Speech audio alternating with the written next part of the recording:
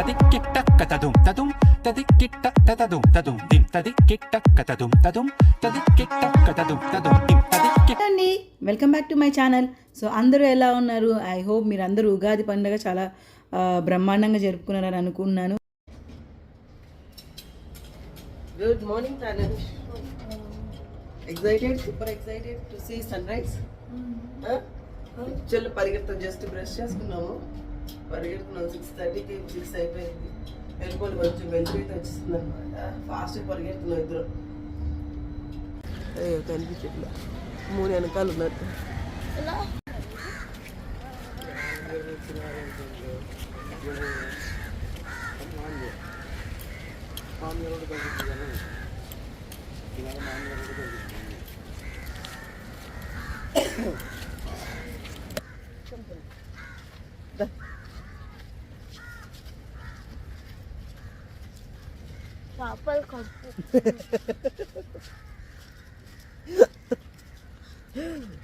చేపల కప్పు వస్తుంది, వస్తుంది. మరి నువ్వు ఉన్నదే చేపల దగ్గర, మరి కంపు రాకుండా వస్తుంది.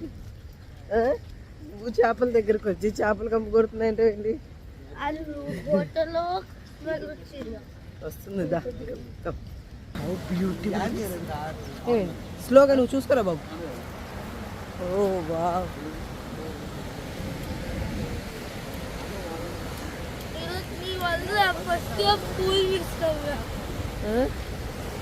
you seeing the first sunrise. ఎక్కడ చూసారా ఇదేంటి విజయవాడకి వెళ్తున్నప్పుడు అనుకుంటా. No, that is different, this is different. See how thrilling it will be. చాలా బాగుంది. మళ్ళీ ఈరోజు ఒక మూన్ ఉంది అక్కడ. Moon is there. We are going to the sun. after the temple there. Temple there. ఇది టిప్పు కెమెరా. జమ్ము వల్ల నా first day of school miss అవ్వదు, 6th grade. సో ఇది ఇంకా లాస్ట్ వ్లాగ్ ఆఫ్ మా Trivandrum and Kanyakumari trip. Beautiful Kanyakumari అండి, అమేజింగ్ అంటే అమేజింగ్గా ఉంది. మేము సన్ రైజ్ చూడడానికి వెళ్తున్నాము. సో ఇది ఒక 1/2 కిలోమీటర్ పైన ఇలా అంతా రాళ్ళు ఉన్నాయి. సో వీటన్నిటి మీద మెల్లమెల్లగా నడుచుకుంటూ ముందుకు వెళ్తున్నాము. సో మేమేంటంటే ఆ ఎడ్జ్ దాకా వెళ్ళి అక్కడ కూర్చొని ఆ సన్ రైజ్ని చూడాలని ఆనందంగా పరిగెత్తుకుంటూ వెళ్ళి నాకు ఎక్కడో చివరికి ఉంది చూడండి ఎడ్జ్. సో ఇదంతా నడిచాము. ఇది నడిచి రావడం వల్ల నాకైతే లెగ్స్ ఫుల్ పెయిన్ వచ్చాయండి, దారుణంగా. పాపం తనుష్ కూడా లెగ్స్ పెయిన్ అని అన్నాడనమాట. బట్ కానీ లైఫ్ టైంలో ఒక్కసారి కదా, so we don't want to miss. అందరూ చూడండి ఇక్కడికి వచ్చి కూర్చున్నారు. చాలామంది వెనకాలే ఆగిపోయారు, నడవలేని వాళ్ళు మధ్యలో అక్కడే వచ్చి కూర్చున్నారు అనమాట. సో మేమేంటంటే ఇక్కడ మిస్ అవ్వద్దు, స్టార్టింగ్ నుంచి చూడాలి అనేసి. బట్ నాకైతే ఎక్కడో 6th సెన్స్ చెప్తుంది, దెబ్బ కొట్టేలా ఉంది. ఏంటంటే అది కొన్ని మేఘాలు మొత్తం కమ్మేశాయి. ఇవాళ కూడా సన్ రైజ్ అట్టర్ ఫ్లాప్ అయ్యేలా ఉంది అని అనుకున్నాం అనమాట. సో మేమైతే 5:45 కల్లా లేచేసేసి రెడీ అయ్యి బ్రష్ చేసేసుకొని పరిగెత్తుకుంటూ వచ్చామన్నమాట. కాఫీ తాగలేదు, జస్ట్ కొన్ని వాటర్లో తాగేసి వచ్చేసాం ఇద్దరము. పాపం తనుష్ కూడా లేచేసాడు, వాడు మళ్ళీ ఎక్కడ మిస్ అవుతాడో అనేసి. బట్ కానీ అంటే హోటల్ దగ్గరే అండి. కాకపోతే ఇప్పుడు ఈ ఏదైతే రాళ్ళు అదంతా కలిపి ఒక 1 కిలోమీటర్ అయితే నడవాల్సి వచ్చింది. ఎందుకంటే మనకి అదేంటి వెహికల్స్ వచ్చే దారి కూడా లేదు కదా, అన్నీ రాళ్ళు ఉన్నాయి కదా. సో అవన్నీ మనమే నడుచుకుంటూ రావాలి. సో మాకు ఆల్రెడీ సిగగొండి సన్ రైజ్ అయిపోయినట్టుగా అక్కడ మనకి లైటింగ్ కనిపిస్తుంది చూసారా, అది చూడంగానే అర్థమైంది సన్ రైజ్ అయితే అయిపోయింది ప్రాపర్గా. అదిగోండి ఇప్పుడు అరౌండ్ 6:15 అన్నారు కదా, ఇది 6:30కి మటుకు ఇలా కనిపించింది అనమాట. కొంచెం పైకి వస్తున్నాడు సూర్యుడు. అర్రే ఇవాళ అసలు మేము ఆ ఎడ్జ్లో సూర్యుడు వెళ్ళిపోవడం, ఆ ఎడ్జ్ నుంచి సూర్యుడు రావడం సముద్రానికి, అది మటుకు బాగా మిస్ అయ్యామండి. బాగా బ్యాడ్ లక్ అని అనుకోవాలి. ఎండ దారుణంగా ఉంది, అంత మబ్బులు ఉంటాయని అనుకోలేదు. Our bad luck. అక్కడ వచ్చిన వాళ్ళందరూ డిసప్పాయింట్ అయ్యారు. నేను ఎప్పుడు నిజంగా చూడలేదన్నమాట అలా సన్ రైజ్ ఏదైతే ఎడ్జ్ నుంచి వస్తుంది చూసారా, సముద్రపు ఎడ్జ్ నుంచి అలా సన్సెట్ చూడలేదు నా లైఫ్ టైంలో. సో అది చూద్దాం అనుకుంటే ఉన్న 3 రోజుల్లో ఎప్పుడూ కుదరలేదు. నా త్రివేంద్రంలో కుదరలేదు, ఇక్కడ కుదరలేదు అనమాట. సో మొత్తానికైతే సన్ రైజ్ అయిపోయింది. బట్ ఆ కొంచెం సూర్యుడి కిరణాలకే తనుష్కి ఏంటంటే ఎలాగో అయిపోతుంది, తిప్పేస్తుంది, నాకు హెడేక్ వచ్చేస్తుంది అని గొడవ చేశారు. మేమైతే ఇదిగోండి వచ్చేసామన్నమాట హోటల్కి. మళ్ళీ నడుచుకుంటూ మెల్లిగా వచ్చేసాము. అక్కడే పక్కనే టీ స్టాల్ ఉంది ఎదురుగుండా.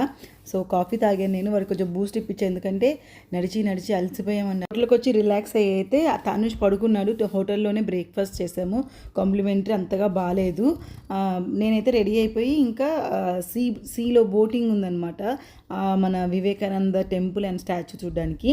అండ్ ఇక్కడ మీకు చెప్పాను కదా ఇంకో 3 హోటల్స్ చాలా బాగున్నాయని, sea land, sea view, sea point. So మీరు కనుక కన్యాకుమారి ప్లాన్ చేస్తే ఈ 3 హోటల్స్లో బుక్ చేసుకొని బ్రహ్మాండమైన వ్యూ ఉంటుంది. నేను డిస్క్రిప్షన్లో మళ్ళీ మెన్షన్ చేస్తాను హోటల్ నేమ్స్. సో నేనైతే అరౌండ్ 9 అయిపోయిందండి, 9:30 అయిపోయింది. ఎండ మట్టుకు అసలు కొడుతుందండి, ఫేస్కి సర్రని మండిపోతుంది అనమాట ఒళ్ళంతా, అంత ఎండ ఉంది 9:30కే.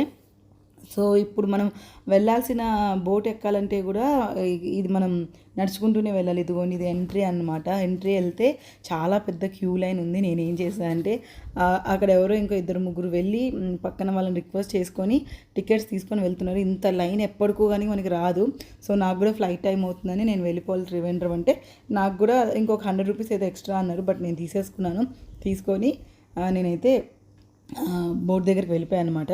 సముద్రంలో మటుకు భలే బ్యూటిఫుల్గా కట్టారండి అసలు. అది మన అదేంటి వివేకానంద స్టాచ్యూ, అండ్ అతని కోసంగా ఒక టెంపుల్ ఉందన్నమాట. మీకు ఏదైతే సముద్రంలో కనిపిస్తుందో అది టెంపుల్, అండ్ ఇంకోటి స్టాచ్యూ ఉంది. స్టాచ్యూ ఇంకా కంప్లీట్ అవ్వలేదు, అక్కడికి పంపించట్లేదు, ఓన్లీ మనల్ని టెంపుల్ దాకా పంపిస్తున్నారనమాట. సో ఆ టెంపుల్ చూసేది వస్తాం. ఇప్పుడు ఆ సముద్రంలో మనం వేసే రైడ్ అదే, ఆ బోట్లో వెళ్ళి మనం టెంపుల్ రైడ్ వేసేస్తాం అనమాట. ఈ బోట్ అయితే వచ్చేసిందండి. ఇప్పుడు దీంట్లో వెళ్ళాలన్నమాట మనము.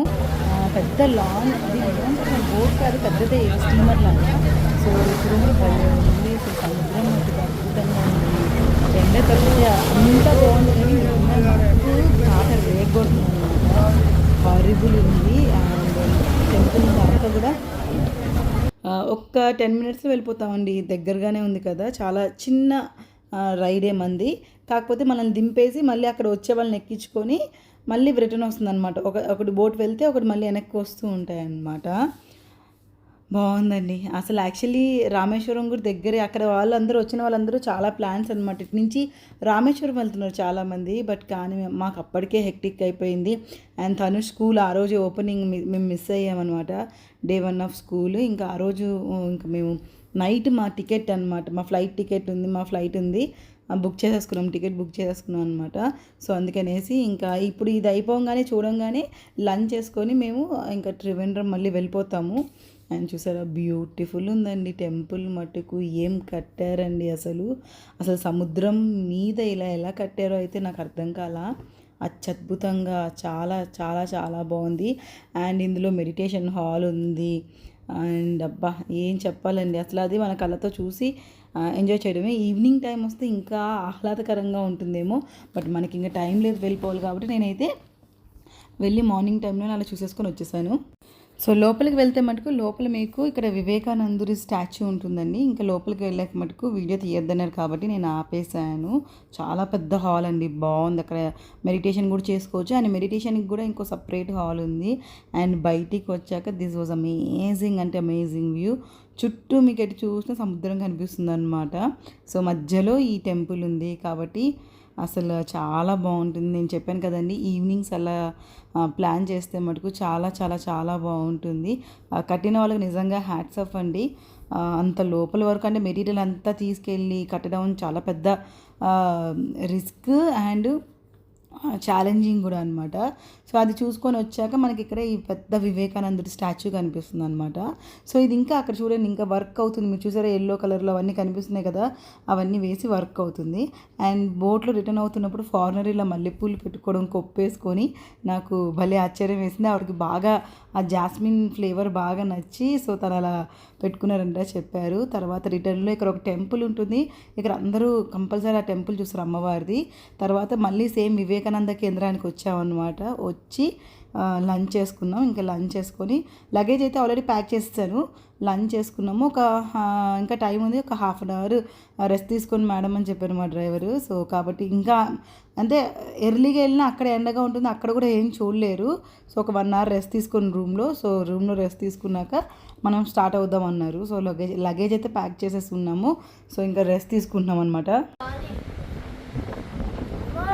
అలా red colour bye bye Kanyakumari, we are missing this beautiful view కదా తనేష్.